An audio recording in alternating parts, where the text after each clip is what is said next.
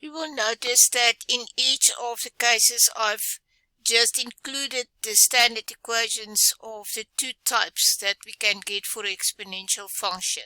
Just to remind you every time what the equations are, and then from there onwards we can do the graphs. For case 2, you'll see my a2, it's still a to the plus x, but now I have a fraction for my b value. In our first case, my b is equal to 1, and that's why I said b is less than or equal to 1 and greater than 0, and I've just filled in the properties of that I've called my mother graph in this instance. So let us look now at the blue graph. The function, the blue graph, is the function g of x equal to 1/3 of 2 to the x. So b is 1/3. My domain is still everything, all the real numbers. My range is greater than 0 up to infinity. I do not have an x-intercept, and my y-intercept will happen at 1/3, 2 to the 0. That will give me 1/3. I do not have a vertical asymptote, but my horizontal asymptote is still y equal to 0, because this value 1/3 times 2 to the x can never become 0. So this 1/3 2 to the x is unequal to 0 for all x in this case. So let us look at the graph. Here we see the blue graph, and if you look here at the values, that is 2 to the 0, which is 1, and this k value there should be 1/3. So 1, 2, 3, 4, 5, that's approximately what it should be. And when I look at this value here, you can see it's below the green value, and even here on the left hand side it is below the green value, because I take that values on the green graph and I divide it by 3. So I will squash it or shrink it vertically. This blue graph will be flatter than the graph 2 to the x. This is 2 to the x, y equal to 2 to the x. This is y equal to 1/3 of 2 to the x. For the red graph, my b value is that value 1/4. My domain is R. My range is 0 to infinity.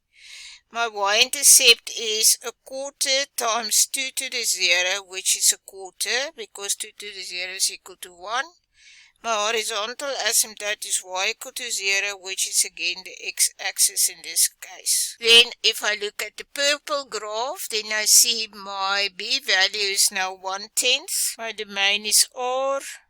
My range is 0 to infinity. My y-intercept is 1/10. 2 to the 0, which is 1/10, and my horizontal asymptote is y equal to 0, or the x-axis. So let us look at the graphs here. Again, the green graph is y equal to 2 to the x. The blue graph is y equal to 1/3 of 2 to the x. The red graph is y equal to 1/4 2 to the x, and the purple graph is y equal to 1/10 2 to the x. And you'll notice that I did not mention the orange graph, but I now have a question. What is the equation of the orange graph? Note the D11, and we will get back to the orange graph. First of all, what we must notice here is that my y values, here I have 1, and there I have 1/3, and then I have 1/4, and then I have 1/10.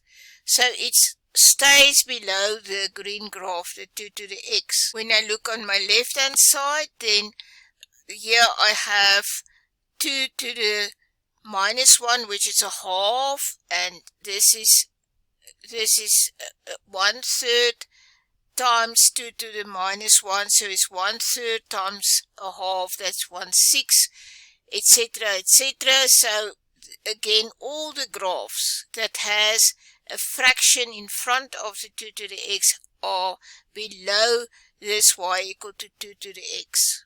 So let us look at this graph that goes through the point J.